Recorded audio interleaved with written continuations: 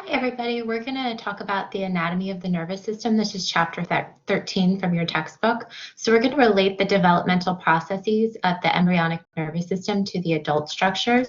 We're going to name the major regions of the adult nervous system, locate the regions of the cerebral cortex on the basis of anatomical landmarks common to all human brains. We're going to describe the regions of the spinal cord in cross-section and explain the basal nuclei pathways. And then we're going to compare and contrast the basal nuclei with the ganglia with the root ganglia. So as far as the embryonic development, remember that we've talked about the different layers of the embryonic development. We had the endoderm, which was the internal layer, the mesoderm, which was the middle layer, and now the ectoderm, which is the outside layer. And so the neurons of the brain are actually going to develop from that ectoderm. And so we start with neuroectoderm. So it starts out as the ectoderm, right? That's that outer layer. And then the ectoderm is going to differentiate into the neuroectoderm. Okay? The neuroectoderm is going to start to sort of fold into one another, and it's going to form the neural groove. Then we're going to have the fusion or the convergence of these two areas, and they're going to form the neural tube. That neural tube is going to, the anterior end at least, is going to develop into the brain, and the posterior portion is going to become the spinal cord. The neural crest, which is going to be right here, okay, that's going to develop into our peripheral structures. And so as we continue development, at a 3 to 4 week embryo, remember that would be in the in utero, in the stomach, right? So this is going to become the forebrain, the midbrain, and the hindbrain, okay? And so this is the side view. See how we have that curvature already formed, okay? Now remember, this is a 3D structure.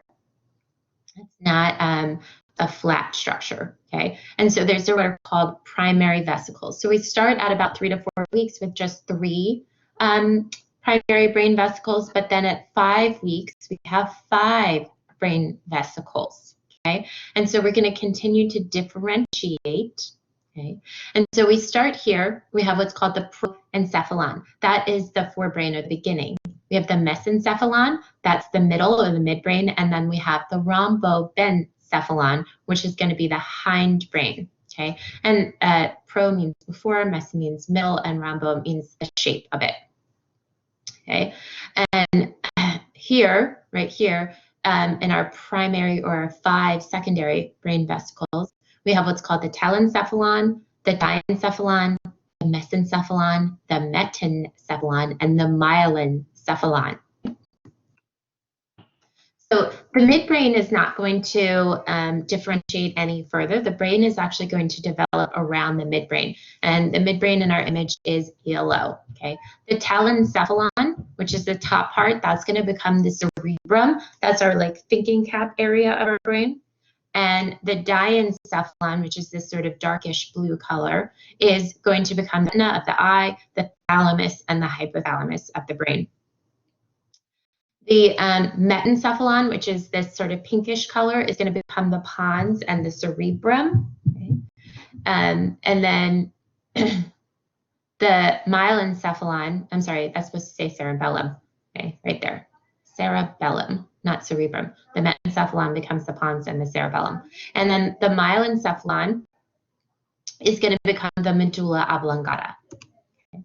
So here's just another image to show you guys that development, okay?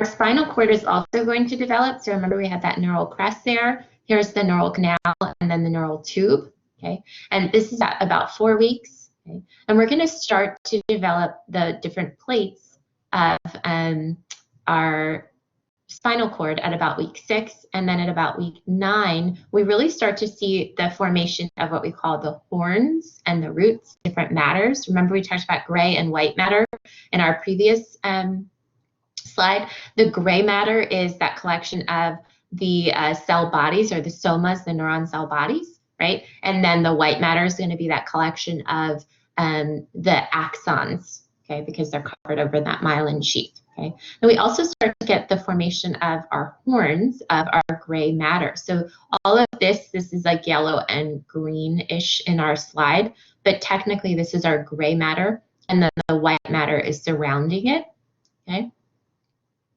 So in our gray matter, we start to see the development of the posterior horn. The posterior horn is going to be the back of the spinal cord. The lateral horn is going to be along the edge of the spinal cord right here. And then our anterior horn is going to be to the front, okay? And so what we have is we have these sensory axons coming in. So we have this posterior root ganglion. The signal is arriving, afferent pathway here for our sensory, and it arrives in that posterior, or we even call it the dorsal horn sometimes, okay? And then out our motor neurons, okay, here through the anterior, or sometimes called the ventral root. Okay. So what happens is with humans, we have what's called the cephalic flexure, and that's because we are bipedal, meaning that we walk on two legs, okay? And so we have a pretty significant curvature there, okay?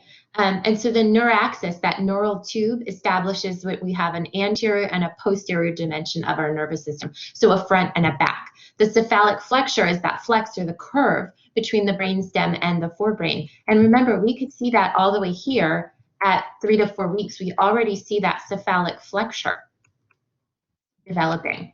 Okay.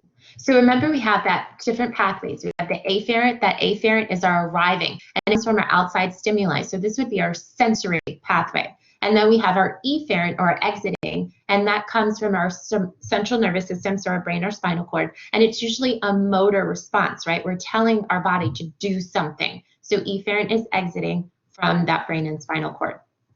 Okay, so here's just another visual of that. Okay, sensory afferent, motor efferent. Okay, and so central nervous system, brain, and spinal cord. Okay, it sends the information here to our peripheral nervous system, and it receives information here.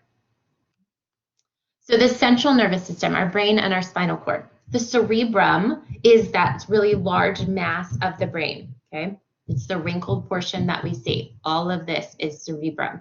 We also have what's called the cerebral cortex. The cerebral cortex is that wrinkled part. That's that outer part of it. Okay, the cerebrum is the whole brain mass, and then the wrinkled portion is that cerebral cortex.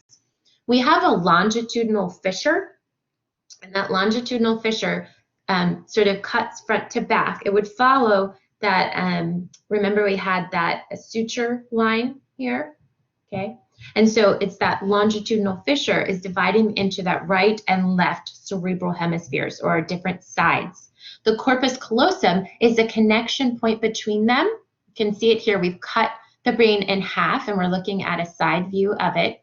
Okay, and so this is the corpus callosum. The corpus callosum is our communication between the two hemispheres.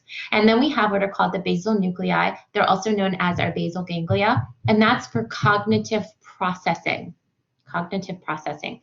And then we have our limbic system, and our limbic system is for emotion, memory, and behavior.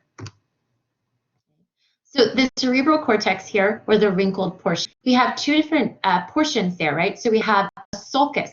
That sulcus is going to be the groove between, okay? It's sort of sulky and sad, right? So it's kind of low. And then we have the gyrus, and the gyrus is the ridge of that wrinkle. I think of it as like Mount Gyrus. I feel like that would be the name of a mountain, right? So Mount Gyrus is that mountain portion coming up, and the sulcus is the down low. This is the cerebral cortex, again, that wrinkled portion, and it's divided into 4 lobes, right? And it's named for the lobe in which we're going to find our brain, our skull, right? So the frontal lobe is under the frontal bones, okay? We have our parietal lobe under the parietal bones. We have our temporal lobe under the temporal bone, and then the occipital lobe under the occipital bone, okay? And so we do kind of different things at each area, okay? So our frontal lobe, that's where we're going to do our motor cortex and planning. This is like pre-planning. We also have what's called our prefrontal area. That's for personality, short-term memory, and consciousness. Also where we're going to find our Broca's area for speech, okay? And then at our parietal lobe, we're going to have our tactile movement area. This is also where we have proprioception. So this is like, where are we in time or space, okay? In the temporal lobe, we have our auditory area as well as our memory. And then the occipital lobe is in the back, and that's where we have our eyes in the back of our heads, right? That's for vision. Okay. Now, dividing, this is our frontal lobe, okay, and this is our parietal lobe. And we have a sulcus right here. We have our central sulcus, okay? That central sulcus would sort of follow almost that area of the coronal suture of our skull, okay? And in front of that central sulcus, remember that's that deep groove, we have what's called the precentral gyrus. Pre means in front of or before, okay? Central for the central sulcus, and then a gyrus because it's that mountainous area, okay? And then we also have a post-central gyrus, okay? And that's going to be behind it. So Brodmann was pretty cool because he actually did this experiment, and he started mapping out the different areas of the brain, and he gave them sort of different names and areas and numbers, okay? And that he was the one that really sort of figured out what's happening in our brain, what area of our brain is working, okay? So there's some subcortical structures. These would be below the cortex, okay? And we have what's called the hippocampus and the amygdala. Okay. The hippocampus and the amygdala are both medial lobe structures, and along with their adjacent cortex, they're involved in long-term memory formation and then our emotional responses. So these are our subcortical structures within our brain as well. We have what are called the basal ganglia. We also sometimes call them the basal nuclei. And the reason that we do that is because these are a collection of our neuron cell bodies. Remember, the cell bodies, that's going to be that soma region, okay? And so we're going to find them as being dark matter, okay? So what's called the corpus striatum, okay? And so in the corpus striatum, we have what's called the caudate nucleus, okay?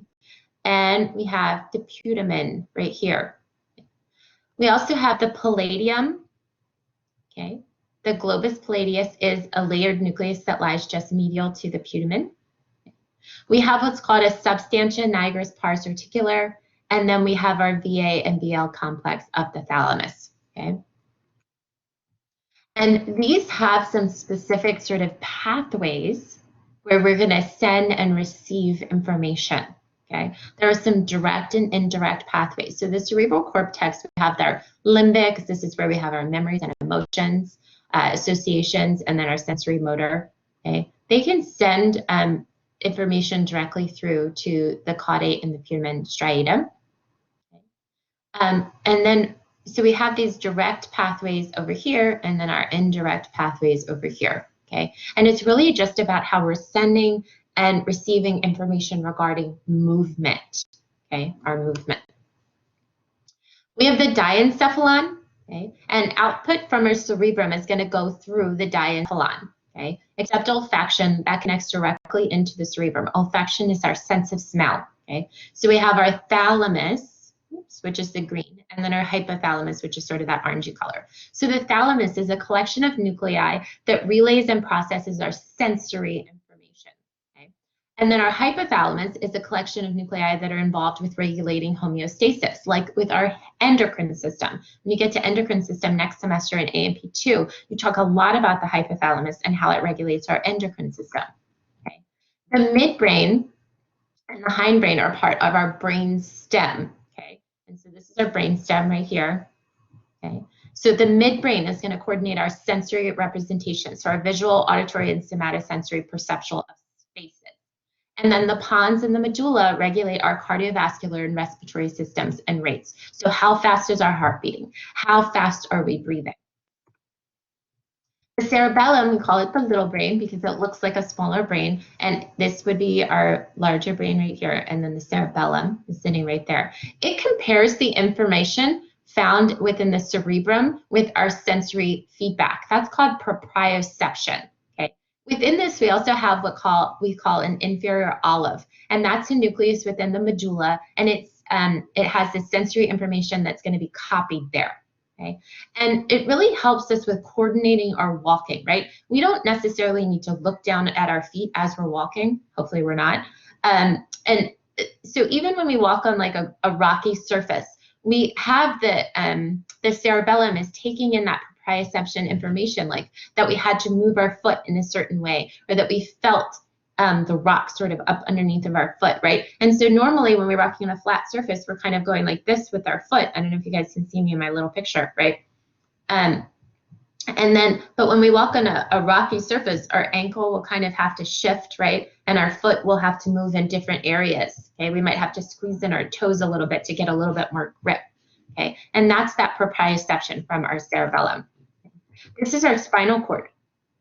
Our spinal cord has those gray horns. Remember, this is that gray matter. And so we have, in the gray matter, we have a collection of our somas, or cell bodies, right? And so we have the posterior horn. Posterior is in the back. We also sometimes call it the dorsal, okay? That's for sensory processing. We have the anterior horn right here, okay? That's going to send our motor signals to our skeletal muscles. So remember, we're bringing in the information through the back, and we're sending information through the front, okay? And then we have the lateral horn. The lateral horn is only found within the thoracic, the upper lumbar, and the sacral regions, okay? It's not found in the cervical region, and it's a central component of the sympathetic division of the autonomic nervous system. Remember, sympathetic has to do with our fight or flight response. Okay? Now, our posterior columns, anterior columns, and lateral columns, these are the white matter along the edge here. Okay? And so right here, this is our posterior columns. Posterior is receiving, right? We're sending the signals up, okay? Anterior columns can be either ascending or descending, and lateral can also be ascending or descending. Okay, remember, ascending, or the afferent, the arriving, we're carrying that sensory information up to the brain, and the descending, or the efferent tracts, they're carrying those motor commands from the brain, from the central nervous system out. Okay, so that's like our motor response. So we get the information, comes up and in through our ascending, and then we send back out through the descending. Okay? So in order to have our brains work, we have to have a circulation, or an arterial blood flow. Okay? We call that arterial blood flow the circle of Willis. Okay? So the aorta is first going to send that oxygenated blood to the heart, and then it's going to go to the carotid arteries. Where are the carotid arteries? Remember, they're coming up right here. Okay, carotid arteries coming up.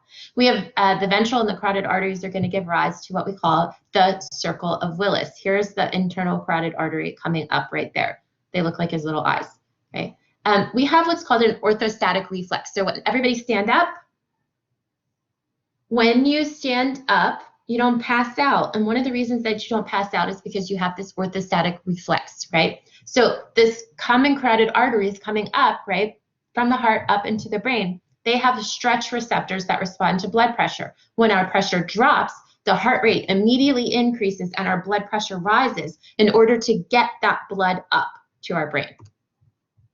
When we have to also have a venous return, so the blood has to return back once it's been used up by those tissues, and those tissues have done cellular respiration. It's used up the oxygen. Now that oxygen or the carbon dioxide within the blood has to be able to get back, right? So that we can then exhale it through our lungs. So we have what are called dural sinuses and veins. This is our venous return of our brain circulation. Okay? We have our superior sagittal sinus, okay? And it goes right down the center here.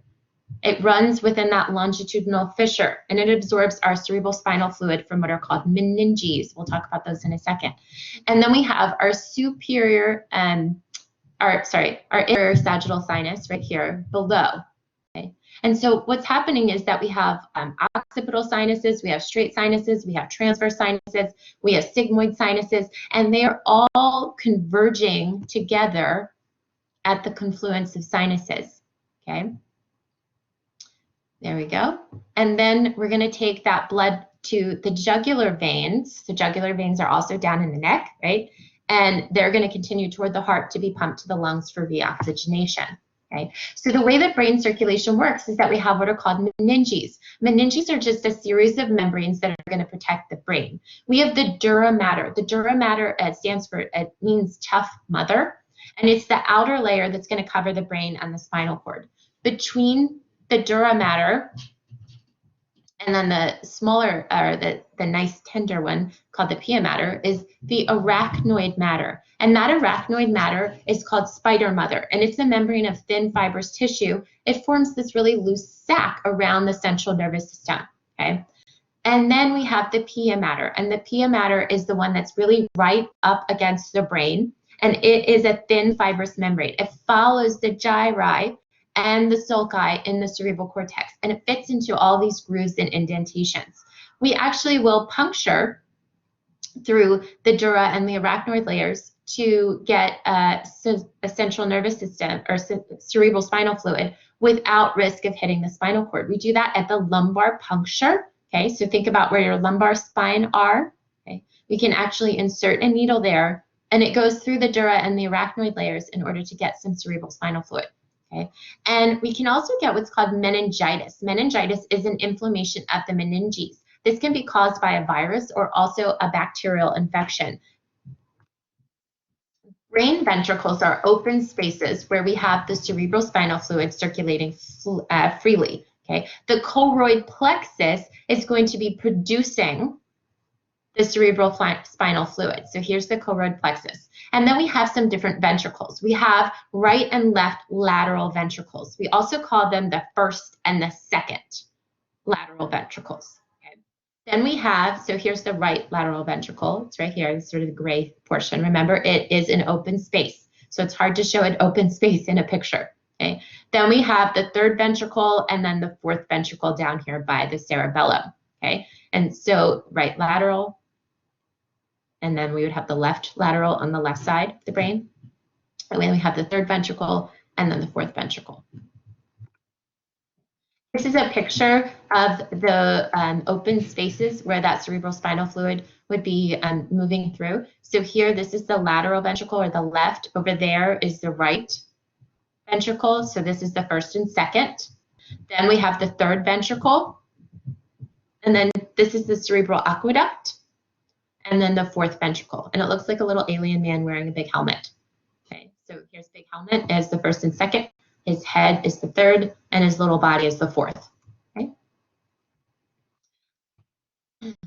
So a stroke is actually something that can go wrong with our blood supply to the brain. Okay, so a stroke is when we have a disruption of blood supply to the brain. Okay, so we can actually look at the acronym of FAST when we want to sort of talk about that idea of a stroke, right? So FAST is that we're going to look at our facial expression, okay, facial expression. So one side of the face may be that it is drooping a bit, okay? And I'm sorry, I'm just trying to get all of my files up for you guys. Hold on one second. Hold on. Technology's hard, guys. Ah. Okay.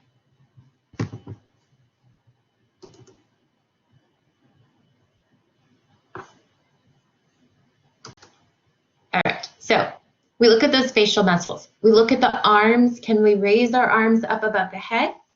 Does the speech change? Does it become more slurred, or does it sound a little bit differently? And then it's time to call for help. That's the T, time to call for help. So facial muscles. So one side a little bit droopy. You can ask your patient or your person that you're dealing with to smile, and you'll see that maybe when they smile, instead of both sides going up, that one side droops down, right? And when you ask them to raise their arms above their head, they'll raise one arm further than the other one, and they won't fully be aware of it, okay? All right, so let's share it out again. All right, so now we're going to talk about our ganglia.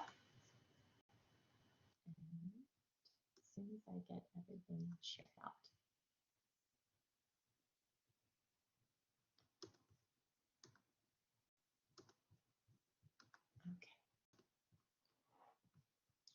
So this is the ganglia. Remember, the ganglia is a group of cell bodies, and it appears to be dark matter. Okay, so we have what's called the dorsal root ganglion. The dorsal root ganglion are going to be coming in through the spinal cord, right? Dorsal root means dorsal to the back, okay, or posterior, and then ganglion is that collection of cell bodies. So this is a sensory area, right? Because this is where we're receiving that information. It's arriving afferent pathway. Okay, so the sensory cell bodies of those neurons are going to extend into the central nervous system through the dorsal nerve root, whereas through the spinal nerve.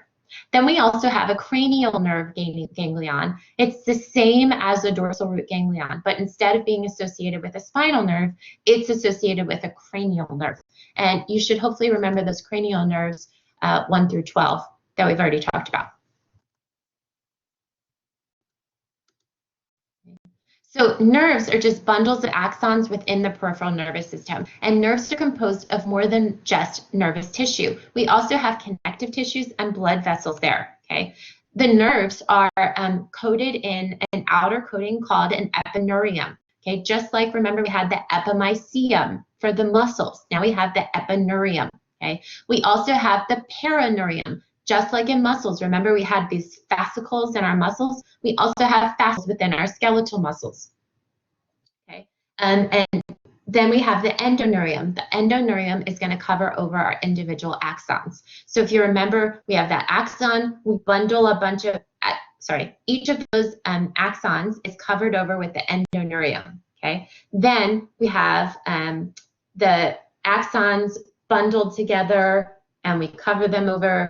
Okay, we could use our spaghetti noodle idea here in the straws again, right? So we could take a spaghetti noodle. That spaghetti noodle is an axon, and it is covered over with that endoneurium, okay? Put a whole bunch of those spaghetti noodles, which would be our axons, inside of the straw, and the straw would be the perineurium. We take a whole bunch of those straws filled up with our spaghetti noodles, we cover them over with some plastic wrap or what have you, and that would be the epineurium, and that's the whole nerve.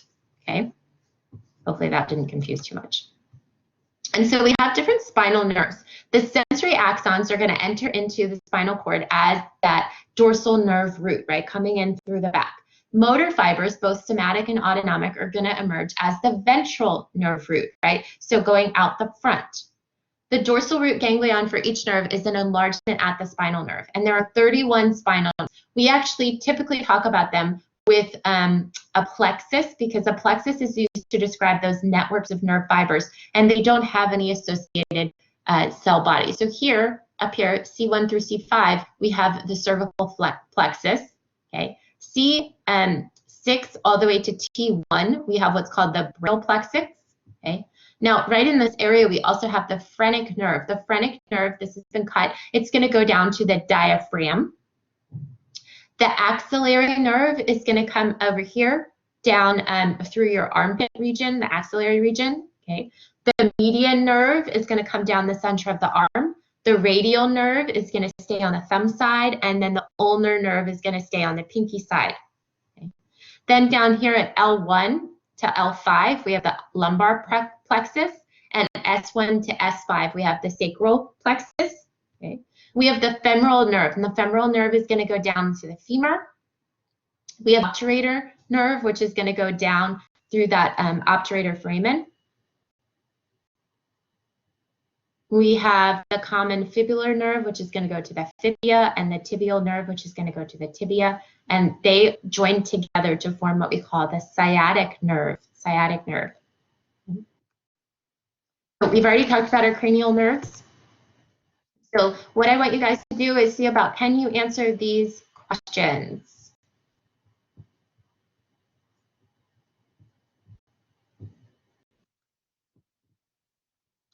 I'll see you guys next time.